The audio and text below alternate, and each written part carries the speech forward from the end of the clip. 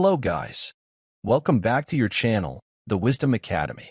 Today, we're diving into the exciting world of percentages. So, get ready to flex those brain muscles and let's get started. Alright, first things first, what exactly is a percentage? Well, it's a way to express a part of a whole as a fraction of 100. In other words, it is just another fraction. However, it is a fraction whose denominator is 100. All right? Confused? Do not worry. Let's break it down. Imagine you have a delicious pizza and you ate one slice out of 8.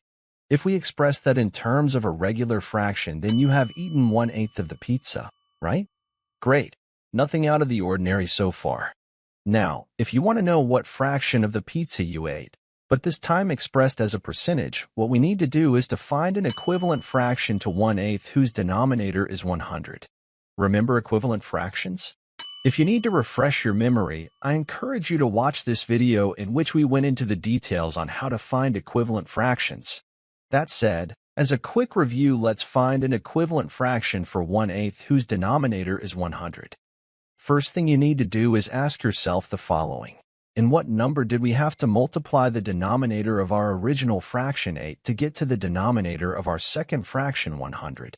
Well, to find that number, we would need to divide 100 by 8. The result is 12.5. We will call this number our bridge. It is the bridge between our two equivalent fractions. Now we would need to multiply 1, which is the numerator of our original fraction, times our bridge to find the numerator of our second fraction.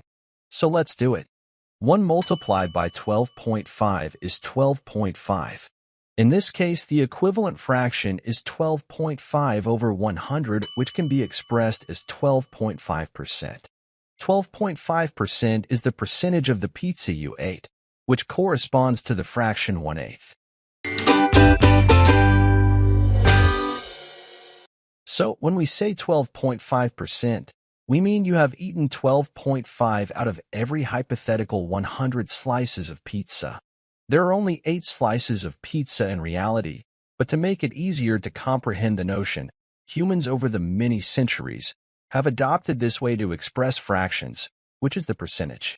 It is just easier for our brains to comprehend.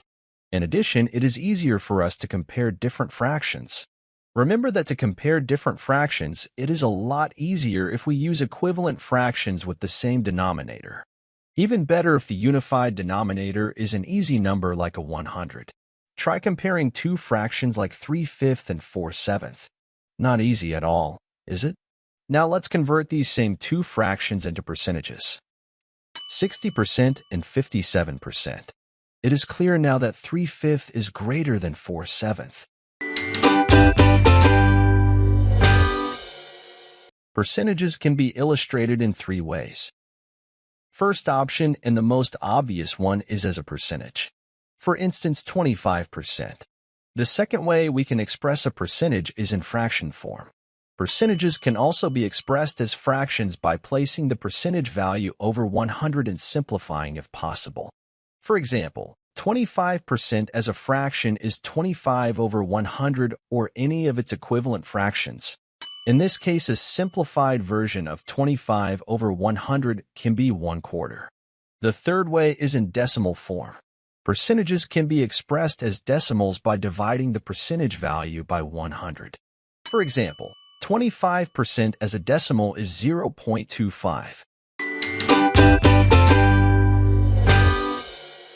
Next up, let's talk about how to find a percentage of a number. Say you want to find 20% of 50.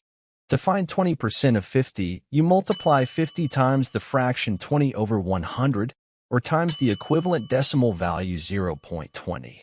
So 50 times 0.20 equals 10. That means 20% of 50 is 10. Now let's put this into a real-life scenario. Imagine this jar has 150 candies. If you want to take 20% of the candies, how many would you take? That's right, you'd take 30 candies. How did we get to 30? Let's break it down. To multiply 150 times the fraction 20 over 100, first we need to divide 150 by the denominator 100, which gives us 1.5. Then take our result 1.5 and multiply it times the numerator 20, which then gives us 30. Alternatively, we can get to 30 by multiplying 150 times the decimal value 0.20, which equals 30. Now, let's talk about increasing and decreasing percentages.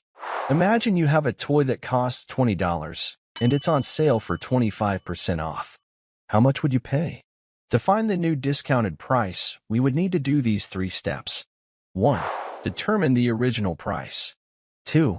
Calculate the discount as a value. And 3. Subtract the discount from the original price. Let's go through these steps one by one. Let's determine the original price. In this case, it is $20. It is the price of the toy before the discount. Then let's calculate the discount in nominal terms. In other words, as a dollar value. To do that, we need find the value of 25% of $20.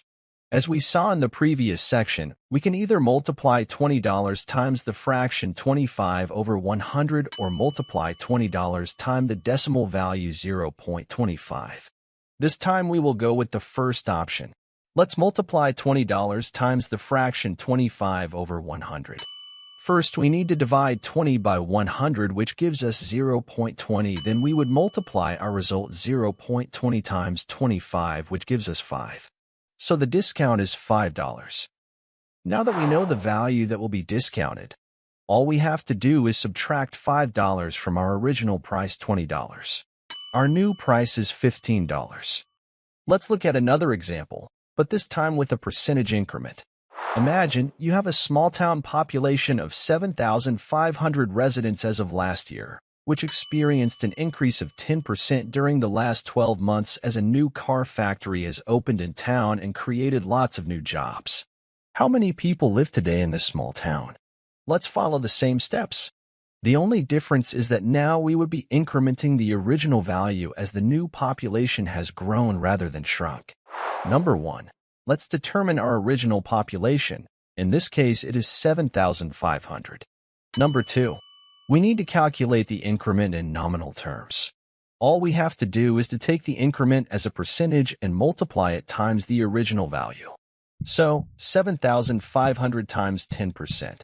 This time we will use the decimal value option. So it is 7,500 times 0.10. Our result is 750. Finally, we will add the increment to the original population. 7,500 plus 750. The new population is 8,250.